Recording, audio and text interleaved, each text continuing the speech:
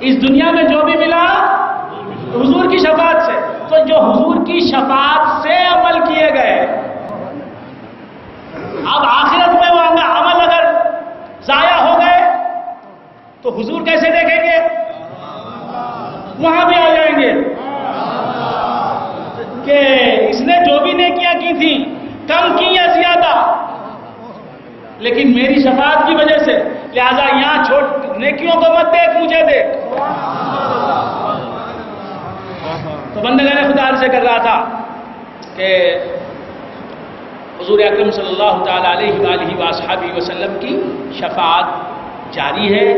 یہاں بھی ہمیں جو کچھ بھی مل رہا ہے وہ رسول اللہ کی شفاعت ہی کی وجہ سے ہے۔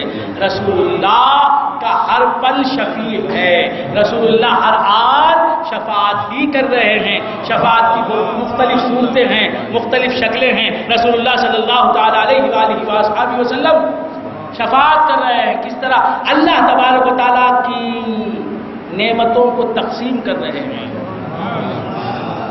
اس کے وجود کو، اس کی ادا کو، اس کے صفات کو، اس کے افعال کو، اس کے آثار کو امت میں تقسیم کر رہے ہیں۔ یہ حضور کی شفاعت ہے۔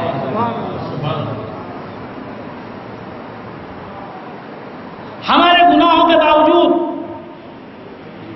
رسول اللہ صلی اللہ علیہ وآلہ وصحبہ وسلم کی شفاعت کی وجہ سے اللہ تبارک و تعالی ہمیں مختلف نعمتوں سے نوازتا ہے، رحمتوں سے نوازتا ہے۔ تو یہ رسول اللہ صلی اللہ تعالی علیہ وآلہ وسلم کی شفاعت ہے۔ بندگان خدا اور اس دنیا میں بھی حضور کی شفاعت کام آئے۔ تو عرض کر رہا تھا کہ حضور غوث الثقلین رضی اللہ تعالیٰ عنہ کی آج پیدائش کا دن ہے، اور غوث الثقلین رضی اللہ تعالیٰ عنہ وسیلہ عظمیٰ ہیں، سب سے بڑے وسیلہ۔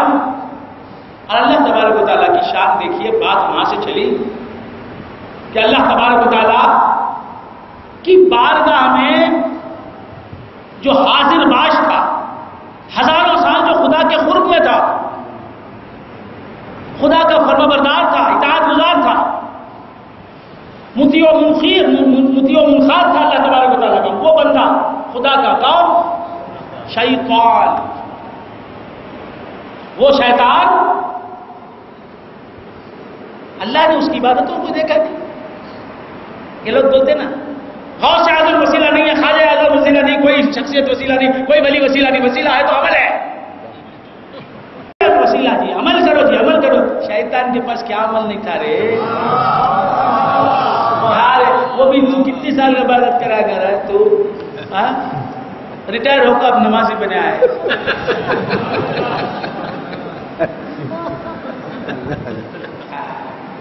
وہ بھی نماز بھی نہیں آتی، کیا کرے، بعض والے کو دیکھتے تو عطا اللہ کو دیکھتے تو نماز پڑھتا ہے، عطا اللہ اٹھو کر گئی پھر اٹھو۔ باجماعت نماز پڑھتے کائی کو پوچھا میں، پر پابندی کے ساتھ پڑھتے نا، کائی کو پڑھتے آسان ہو جاتا نا بھائی، لوگ ساتھ والا کیسا پڑھتا ہم اسے پڑھتے۔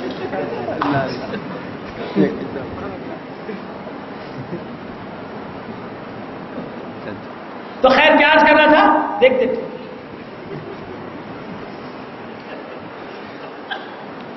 ادھر والا چلے گا، ادھر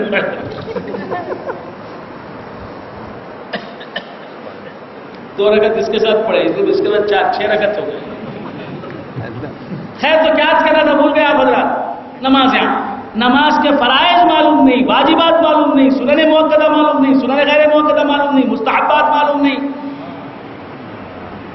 مسبوق کے احکام کیا، سابق کے احکام، لاحق کے احکام کیا، مسبوق لاحق کون ہے،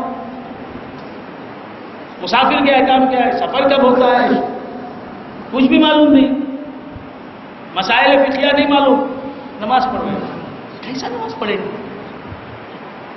نماز اس معلوم نہیں، کیسا پڑھیں گے؟ نماز کا طریقہ نہیں جانتے، نماز ہاؤ کیا نہیں پرفارم نماز۔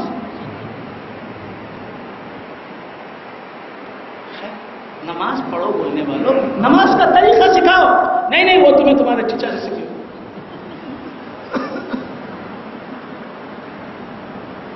ماموں سے سیکھ لو، تمہارے خالہ سے سیکھ لو.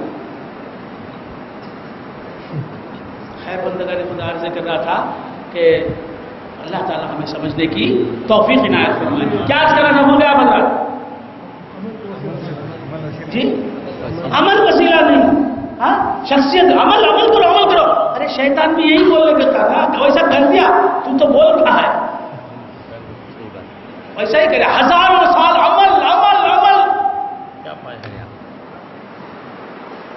نہ حضرت آدم کا وسیلہ لیا، نہ حضرت شیش کا وسیلہ لیا، نہ حضرت سبحان اللہ وسیلہ نہیں، پیری مریدی نہیں. کیا شیطان کا کوئی وسیلہ نہیں، کوئی پیر نہیں. تو خیر بندہ میں نے خدا عرض کر رہا تھا اعمال تو تھے، وسیلہ کیوں نہیں بن سکے؟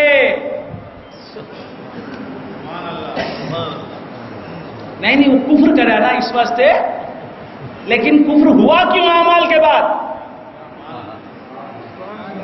اعمال نے کفر کرنے سے بچا لیا کیوں نہیں؟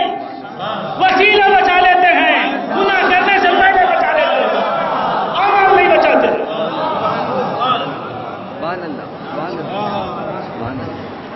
اسی لیے اللہ نے کہا یا ایھا الذین آمنو، اے ایمان والو، اتقوا اللہ، پہلے تقویٰ کرو. لیکن تقویٰ خالی تقویٰ رہے گا تو تم کافر بھی بن سکتے ہیں. تقویٰ تم کو آنے والے ہلاکت خیز منظر سے بچا نہیں سکتا، آنے والی تباہی سے بچا نہیں سکتا. وسیلہ جو ہے آنے والے خطرے سے بچا لیتا ہے. یا ایھا الذین آمنوا اتقوا اللہ، اے ایمان والو اللہ کا تقوی اختیار کرو. وابتغوا الیہ الوسیلہ، وسیلہ فوراً ڈھونڈو. بات سمجھ میں آ رہی؟ تو بندگان خدا سے کر رہا تھا، کیا بولتا تھا؟ شیطان کے پاس بہت عمل تھا لیکن اللہ کے بارگاہ سے نکل گیا. اور اللہ تبارک و تعالیٰ نے ہزاروں سال کی عبادتیں جس کے پاس ہیں، ہزاروں سال کی ریاضتیں، ہزاروں سال کے مجاہدے، ہزاروں سال کا تقویٰ، عمل صالح جس کے دامن میں ہے، جس کی جیب میں ہے، ایسے شیطان کو ہٹال دیا. میں بتانے کے لیے تقویٰ کام نہیں آتا، صرف حب نبوی حشر میں کام آئی جلیل، صرف حب نبوی حشر میں کام آئی جلیل. تانے آئی نہ زہدایا نہ تقویٰ آیا. تو تقویٰ بھی ہونا، تقویٰ ہونا کیا؟ تقویٰ کس لیے ہونا؟ ایمان ہونا تقوی کے لیے، تقویٰ ہونا وہ کسی وسیلے کے قدموں میں گرانے کے لیے. شادی ہونا بچے کے لیے، بچہ نہیں تو فائدہ کیا ہے؟ برابر ہوگی سب بولے سے برابر سے شادی ہوگی 14 سالوں کے بچہ نہیں ہے. کیا زندگی ہماری؟ ہمارا نام لینے والا کون ہے؟ تو کیا کرا تھا؟ بھول گیا بدرا ہے نا. دکان ڈالے چلنا نا، روز دکان کھولنے کو بیٹھتے شوکت علی، لاکھوں روپے کا سامان ہے ڈبوں میں بھرا ہوا، روز دکان کھولنے کو بیٹھتے پھر نکل جاتے ہیں. کیا یہ ایک پیسہ بھی نہیں، چاہ کے پیسے بھی نہیں، کوئی لا کو پلانا.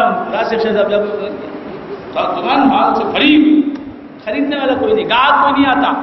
بس تو دکان کیوں ایسی دکان چلانا؟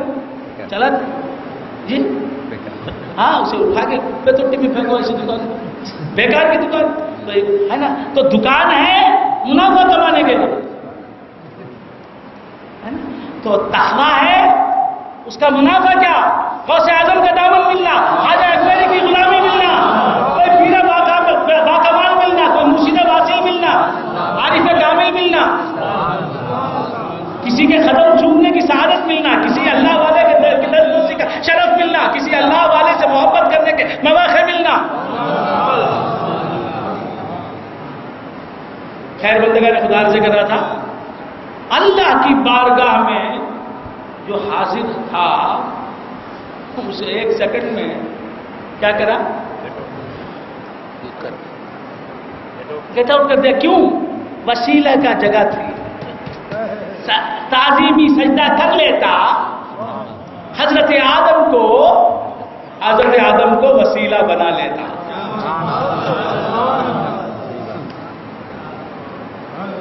سمجھ؟ فرشتوں کے پاس بھی وسیلہ نہیں تھا.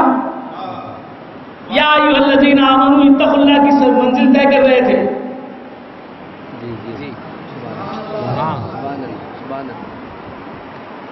کیا ہے سبحان اللہ؟ تو پھر خاموش. ہاں تو کیا بولتا تھا؟ بھول گیا بدرا. ایمان لائے، تقویٰ کر رہے تھے، عمل کر رہے تھے، لیکن وسیلہ نہیں ہے. کس کے پاس؟ فرشتے کے پاس وسیلہ نہیں. اب حضرت آدم کو بھیجا، ایک وسیلہ تم کو دے رہا ہوں. فَإِذَا سَمَّيْتُهُ وَنَفَخْتُ فِيهِ مِن رُّوحِي فَقَعُوا لَهُ سَاجِدِينَ. سب سجدہ کرو اس کا. سب جھک گئے. کیا مطلب؟ اپنا معتقد بنا لیا، یہ بڑے ہم چھوٹے.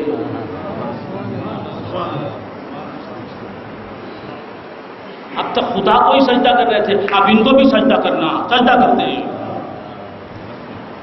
جھکے، وسیلہ بنا لیا، وسیلہ مل گیا. اب شاید فرشتے بگڑنے والے نہیں، اللہ کی بارگاہ سے لانے جانے والے نہیں. اب جبرائیل ہے، میکائیل ہے، اسرافیل ہے، اسرائیل ہے. سب کو ادب سے نام لینا. اب یہ فرشتوں کا استاد انہیں کون ہے؟ یہ شیطان. آج کے شیطان کیا ہی کچھ بھی نہیں. اس کے سامنے استاد علم بولتا، عمل بتاتا، کر کو بتاتا، ایسا کرنا، وہ کرنا، سب کرتا. کیا؟ وہ بھی زمین کے چپے چپے کو.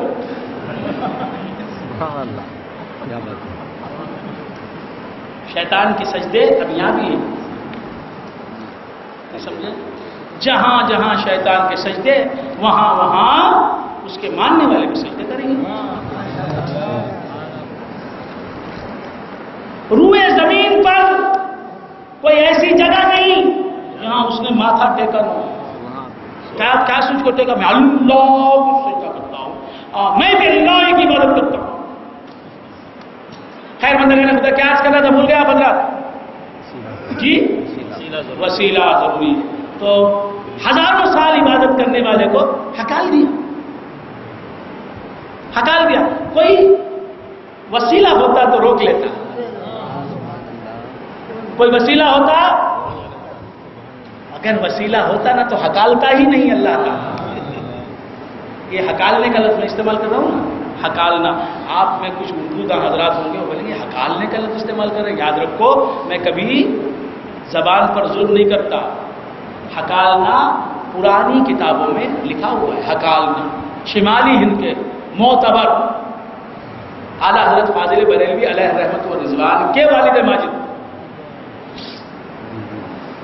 حضرت علی نقی علی خان صاحب رحمۃ اللہ علیہ، ان کی کتاب میں ہکالنے کا لفظ ہے. ہکال دیا. تو ایسا نہیں کہ یہ ہمارے مدراس میں اب بھی زندہ ہے، شمالی ہند میں متروک ہو گیا. خیر تو عرض کر رہا تھا، یہ نہ سمجھے کہ یہ ہکالنا بولتا نہیں. میں اردو کا خادم ہوں. اردو سب نے اسے دھکے مار کے نکال دیا ہے مدراسیوں نے اپنے گھروں سے، لیکن میں ابھی اسے سینے سے لگائے ہوں. بات سمجھ میں؟ اردو یہ میری محبوبہ. اردو کون ہے؟ میری. اور میں زندگی بھر اس کا ساتھ نہیں چھوڑ سکتا، اس سے محبت خطا نہیں کر سکتا، کرتا ہی رہوں گا. تو بندگان خدا سے کر رہا تھا، کیا کر رہا تھا؟ بھول گیا پتہ. وسیلہ نہیں تھا. ہکال دیا اللہ تبارک و تعالیٰ نے اپنی بارگاہ سے. فخرج فإنک رجیم، نکل جا، تو رجیم ہے. وإن علیک لعنتی الی یوم الدین، قیامت تک تجھ پر لعنت بھیج دیا. اور حضور اکرم صلی اللہ علیہ وآلہ وآلہ وسلم کے اصحاب صفہ، حضور کے غریب صحابہ جو 24 گھنٹے رسول اللہ صلی اللہ علیہ وسلم کو گھیرے رہتے، چاند کو جس طرح ستارے گھیرے رہتے. یہ صحابہ، یہ ابو ہریرہ، یہ صہیب، یہ بلال، یہ غریب صحابہ، نادار صحابہ، پہلے یہ نظر آتے، بعد رسول اللہ نظر آتے، رسول اللہ کے در پر پڑے رہتے. 24 گھنٹے ان کے پاس کوئی دولت نہیں تھی، ثروت نہیں تھی، اقتدار نہیں تھا، حکومت نہیں تھی، بس حضور تھے ان کے، انہوں نے کمایا تھا رسول اللہ کو۔ بڑے ہوشیار تھے صحابہ، یہ بڑے تونگر تھے، دنیا انسانیت میں ان سے بڑا تونگر مجھے نظر نہیں آیا۔ جہاں رسول اللہ جاتے یہ غریب صحابہ ان کے ساتھ، رسول اللہ بھوکے ہیں تو یہ بھی بھوکے، رسول اللہ تناول کر رہے ہیں تو یہ بھی حضور کے ساتھ ساتھ ہیں۔ تو بندگان خدا، کچھ رؤسائے قریش آئے، آ کے کہا کہ یہ غریب اور نادار لوگ آپ کے اطراف رہتے ہیں ہمیشہ، ہم قریش کے مالدار لوگ، تونگر لوگ، یہ آپ کے پاس رہیں گے اور ہم آپ کے پاس کیسے آ سکتے ہیں؟ فقیروں کے ساتھ، غریبوں کے ساتھ، ناداروں کے ساتھ ہم بیٹھنا نہیں چاہتے، ہم مالدار لوگ ہیں، ہمیں اللہ نے بہت کچھ دیا، آپ ان کو چلا دیجیے اپنے پاس، ہم آئیں گے، بیٹھیں گے، آپ سے گفتگو کریں گے، آپ کے مذہب کے بارے میں آپ سے علم حاصل کریں گے، جانیں گے، جانکاری حاصل کریں گے، پھر اس کے بعد اگر ہمارا ارادہ ہوا تو ہم داخل اسلام بھی ہو جائیں گے، یا کم سے کم جب ہم آپ کے پاس آئیں اور آپ کے ساتھ بیٹھیں تو اس وقت تو کم سے کم ان کو آپ اپنے قرب سے دور کر دیجیے، اپنی صحبت سے دور بھیج دیجیے، ہمارے جانے کے بعد انہیں اپنے پاس بلا لیجیے۔ یہ انہوں نے ایک شرط رکھی کہ غریبوں کے ساتھ ہم نہیں بیٹھنا چاہتے، ہم مالدار لوگ ہیں، تونگر لوگ۔ حضور اکرم صلی اللہ تعالی علیہ وآلہ وصحبہ وسلم نے، حضور پر وحی نازل ہو گئی، وَلَا تَطْرُدِ الَّذِينَ يَدْعُونَ رَبَّهُمْ بِالْغَدَاةِ وَالْعَشِيِّ۔ اے مصطفیٰ، ان فقیر صحابہ کو جو 24 گھنٹے اپنے رب کو پکارتے رہتے ہیں، اپنے قرب سے دور مت کیجیے۔ تو رسول اللہ کے قرب میں جو آ گیا، اللہ کہتا ہے کہ اسے اپنے قرب سے مت، اللہ سفارش کر رہا ہے۔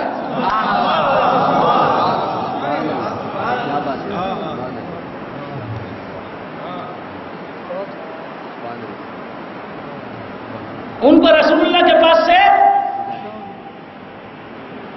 دور کرنا نہیں چاہتا خدا، کیوں کہ رسول اللہ کی صحبت رسول اللہ کی صحبت نہیں، خدا کی صحبت ہے۔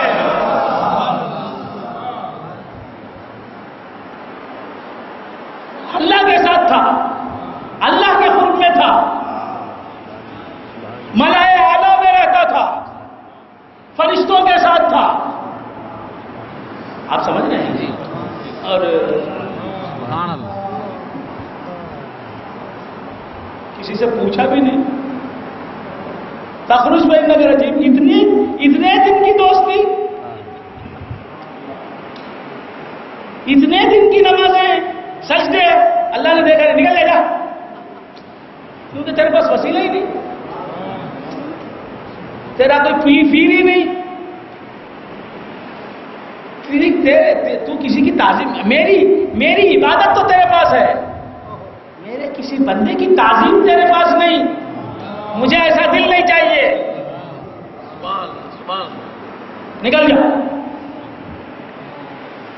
یہ کام حضور کے پاس نے کیا، سرکار اس دنیا میں آ جاتے، آنے کے بعد اللہ شیطان کو بولتا کیا؟ حضور کو سجدہ کر، تو سمجھ میں آ رہی بات؟ ایسا نہیں کیا، آدم علیہ السلام کو سجدہ کر بولا، کیوں؟ شیطان سے سجدہ آدم سے انکار کرنا ممکن ہو سکا۔ شیطان نے یہ تو کہا کہ میں آدم کو سجدہ نہیں کروں گا، شیطان یہ نہ کہہ سکتا تھا جمال مصطفیٰ دیکھ لیتا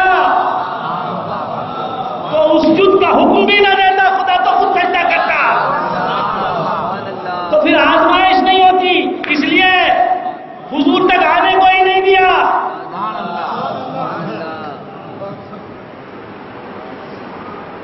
آپ سمجھ گئے؟ وہیں روک دیا۔ خیر بندگان خدا عرض کر رہا تھا اور وہ سجدہ بھی حضرت آدم کا سجدہ نہیں تھا، وہ سجدہ بھی حضرت آدم کا سجدہ نہیں تھا۔ اگر حضرت آدم کا سجدہ ہوتا نا تو آدم کا جسم بنتے ہی سجدہ ہوتا، نہیں، فَإِذَا سَوَّيْتُهُ، جب میں ہوں کی ضمیر آدم کی طرف ہے، جب میں آدم کو ٹھیک ٹھاک بنا دوں، یہ آدم ہے، وَنَفَخْتُ فِيهِ مِن رُوحِي، اور اس میں اپنی روح پھونکوں، یہ محمد ہے۔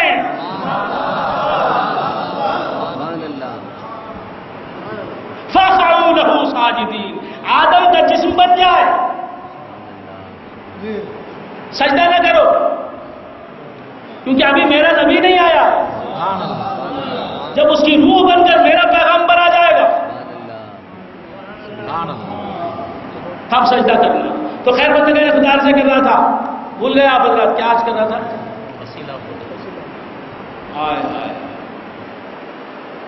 حضرت آدم علیہ السلام کی بات ہوئی تو حضور کے پاس رہنے والے صحابہ سے کہہ رہا ہے کہ آپ نہ ہٹائیں، نہ ہانکیں ان لوگوں کو، یہ لوگ اپنے رب کو یاد کرتے ہیں، کسے یاد کرتے پکارتے ہیں، کسے دیکھتے مصطفیٰ کو ہیں، پکارتے خدا کو ہیں،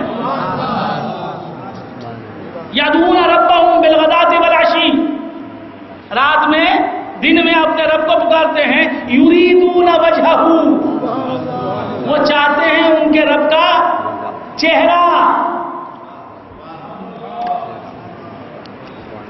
اے مصطفیٰ، یہ غریب صحابہ جو آپ کے گردا گرد رہتے ہیں، یہ 24 گھنٹے اپنے رب کو پکارتے ہیں، اور یہ چاہتے کیا ہیں؟ اپنے رب کا جمال دیکھنا، وہ جمال تمہارے چہرے کے آئینے میں انہیں ملا ہے۔ ان کو مت ہانکو، میں تم کو دیکھ کے جیتا ہوں ایک زمانے سے، مجھے نہ دور کرو اپنے آستانے سے۔ اور یہ صحابہ، یہ تم کو دیکھ کے جیتے ہیں ایک زمانے سے، انہیں نہ دور کرو اپنے آستانے سے۔ معلوم ہوا یہ ہوا کہ حضور کے پاس جو آ گیا، اللہ حضور کو کہتا ہے کہ مصطفیٰ تم بھی نہ چاہو تھا، وہ تم چاہو ہکالنا، میں نہیں چاہتا،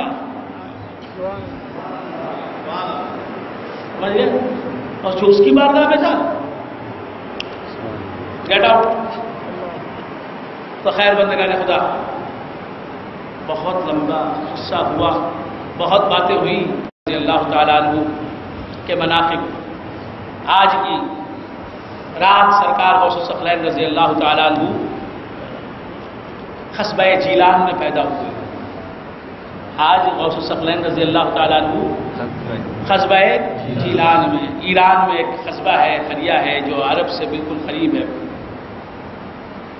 عرب نہیں ہے، عجم ہے۔ تو اس مقام کو گیلان بھی کہتے ہیں، جیلان بھی کہتے ہیں، جیل بھی کہتے ہیں۔ حضور غوث الثقلین رضی اللہ تعالیٰ عنہ وہاں پیدا ہوئے۔ سرکار غوث الثقلین رضی اللہ تعالیٰ عنہ قصبہ جیلان میں پیدا ہوئے۔ 29ویں شعبان کا دن ختم ہو چکا تھا، رات آ گئی، اور وہ رات رمضان مبارک کی پہلی رات تھی، بات سمجھیں؟ لیکن آج رات ہے رمضان مبارک کی پہلی رات نہیں ہے، 29ویں شعبان کا دن ختم ہو گیا، 30ویں شعبان کی رات آج نہیں،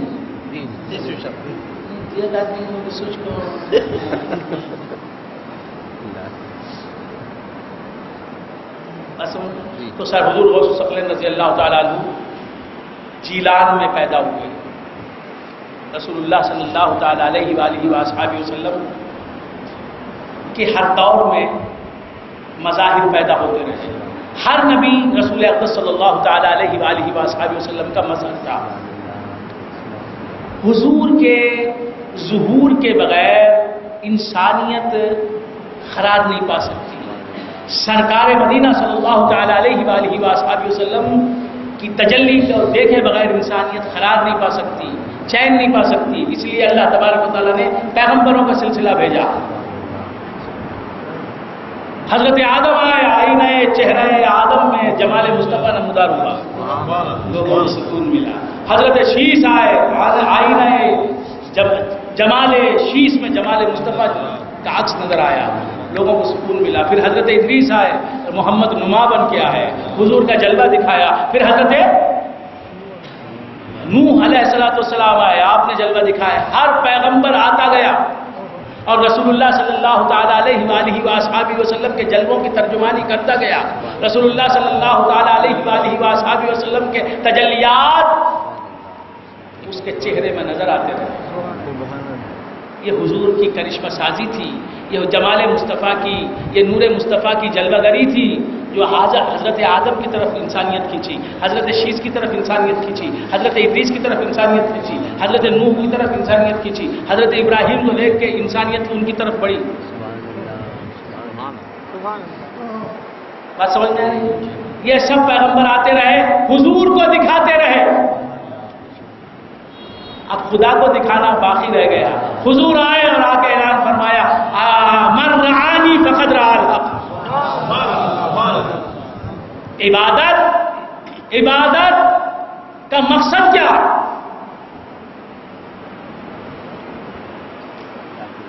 بولے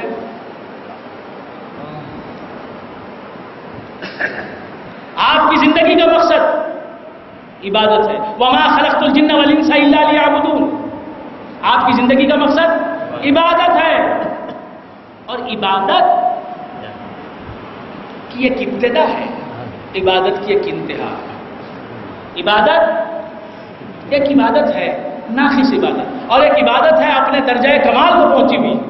عبادت درجہ کمال کو پہنچی ہوئی کس عبادت کو کہتے ہیں؟ عبادت کا مقصد کیا؟ زندگی کا مقصد عبادت۔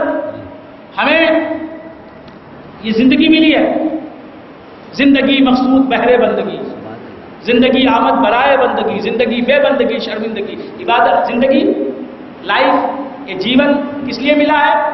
اللہ کی عبادت کرنے کے لیے۔ اور عبادت کمال کو کب پہنچتی ہے؟ عبادت اپنی معراج کو کب پہنچتی ہے؟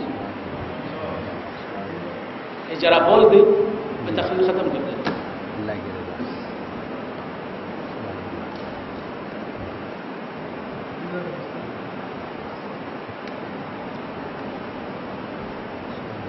حضور اکرم صلی اللہ تعالیٰ علیہ وآلہ وآصحابہ وسلم نے فرمایا، ان تعبد اللہ کأنک تراہ فإن لم تکن تراہ فإنہ یراک۔ عبادت ایسی کر گویا کہ تو عبادت میں اللہ کو دیکھ رہا ہے۔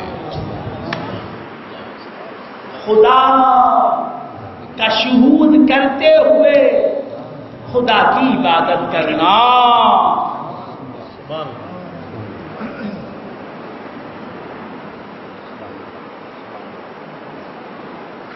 بات سمجھ میں آ رہی؟ انفس آفاق میں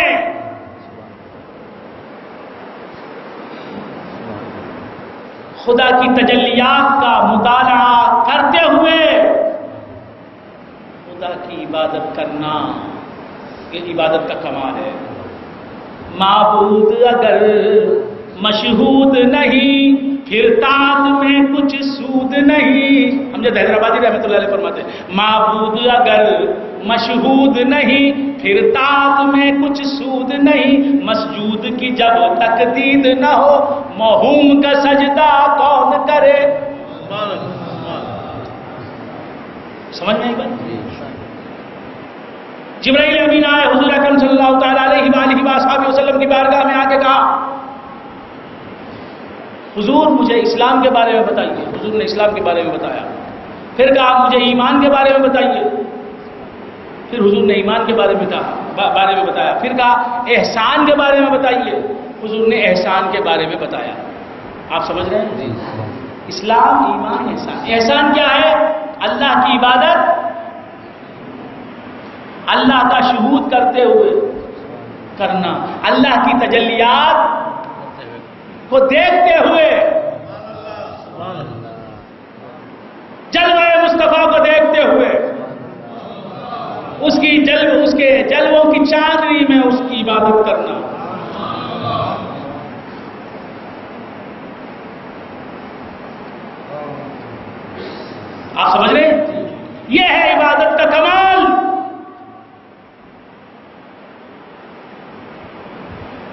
اسلام ایمان احسان کی تعلیم دی جبرائیل کو حضور نے.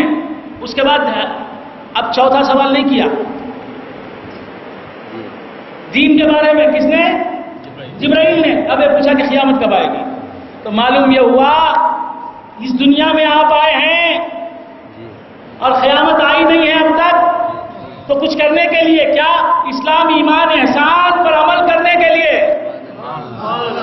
مکمل ہو گیا عمل تو آپ قیامت کے لیے آپ ایلیجیبل ہو گئے. قیامت کے لیے آپ تیار ہو جائیے. بات سمجھ میں آ رہی ہے؟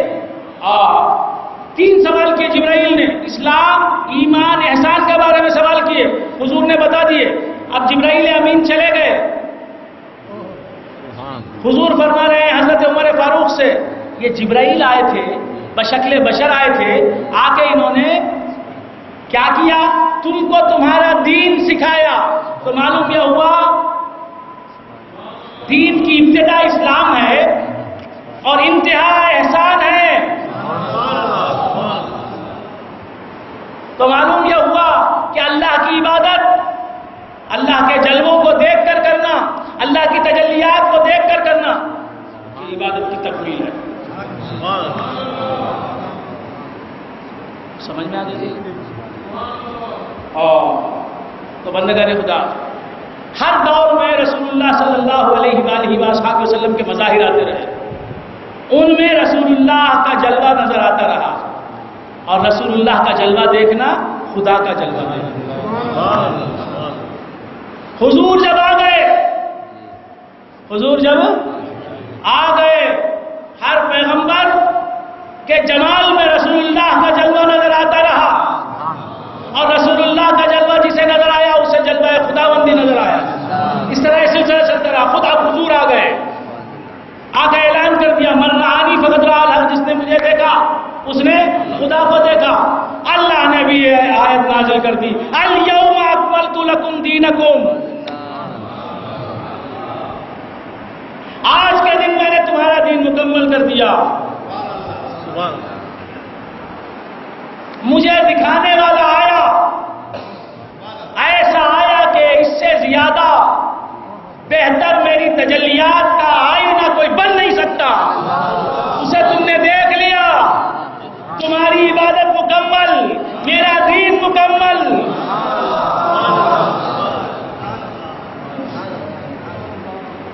تو ہر دور میں رسول اللہ کا جلوہ. حضور کے آنے سے پہلے بہت غور سے سنیں, حضور کے مظاہر بن کے آتے تھے صرف پیغمبر. حضور کے آنے کے بعد وہ کام امت کے علماء اعلام نے سنبھال لیا. رسول نمائی کا کام صحابہ نے سنبھال لیا, تابعین نے سنبھال لیا, تابع تابعین نے سنبھال لیا.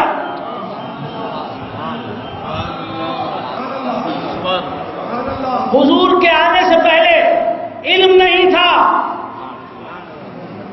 عرفان نہیں تھا, فیضان تھا.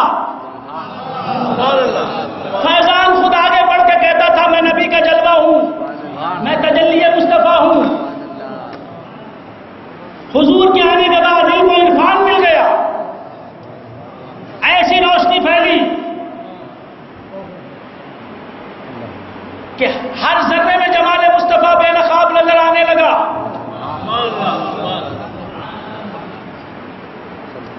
تو بندگان خدا, انبیاء کا کام رسول کو دکھانا, رسول کے جلووں کو دکھانا. امت کے علماء نے یہ کام لے لیا, عرفان بھی پیش کرتے رہے, فیضان بھی پیش کرتے رہے, غوث نظر آتے رہے. دنیا دیکھ کے سوچ رہی ہے ایسا تو کوئی جلوہ نظر نہیں آیا, یہ کون ہے, یہ کون ہے؟ بتا دیا کہ کون ہے. فیضان کو عام کر دیا, عرفان کو خاص رکھا. آپ سمجھ رہے ہیں؟ تو یہ سلسلہ جاری رہا, یہ سلسلہ جاری رہا بندگان خدا. حضور نے اعلان کر دیا الانبیاء من امتی العلماء من امتی کانبیاء بنی اسرائیل. سب سے زیادہ جس قوم میں انبیاء پیدا ہوئے وہ بنی اسرائیل کی قوم. سب سے کثرت میں، سب قوموں سے زیادہ کثرت کے ساتھ جس قوم میں بنی اسرائیل، جس قوم میں انبیاء پیدا ہوئے وہ قوم بنی اسرائیل. اللہ کے حبیب نے فرمایا اب انبیاء کا سلسلہ نہیں، ان سے زیادہ تعداد میں اولیاء آئیں گے. مجھے دیکھنے کے لیے گھبرانا نہیں. الا ان اولیاء اللہ لا خوف علیہم ولا هم يحزنون. اللہ والے کون ہوتے ہیں؟ مصطفیٰ کا جمال دیکھنے والے. ان کو خوف بھی نہیں ہوتا. کیوں؟ ان کو معلوم ہے جمال مصطفیٰ. ایک آئینے میں نظر آیا، وہ آئینہ ہٹ گیا تو دوسرے آئینے ہیں. آئینہ ٹوٹے گا، عکس کو فنا نہیں، آئینے کو فنا ہے.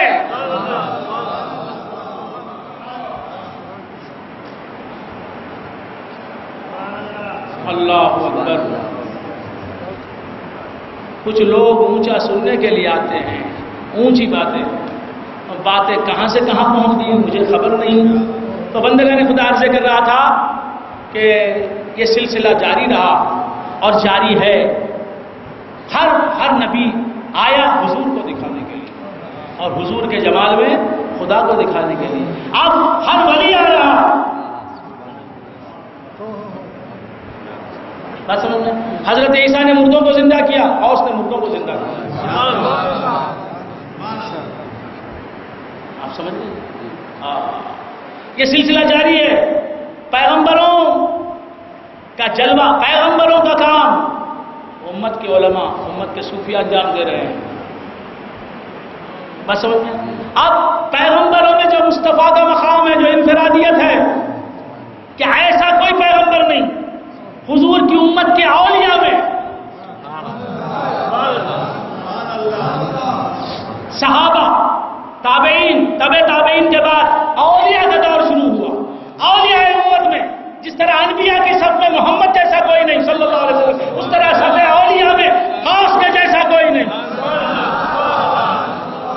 تجلی نور قدم غوث اعظم، تجلی نور خدم غوث اعظم، تجلی نور خدم غوث اعظم، تجلی نور خدم غوث اعظم محمد بشان عتم غوث اعظم، بشان عتم غوث اعظم، تجلی نور خدم غوث اعظم محمد بشان عتم غوث اعظم.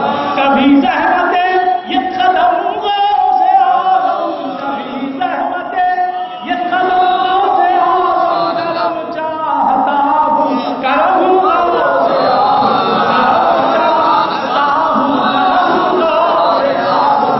محمد بشان عتم غوث اعظم.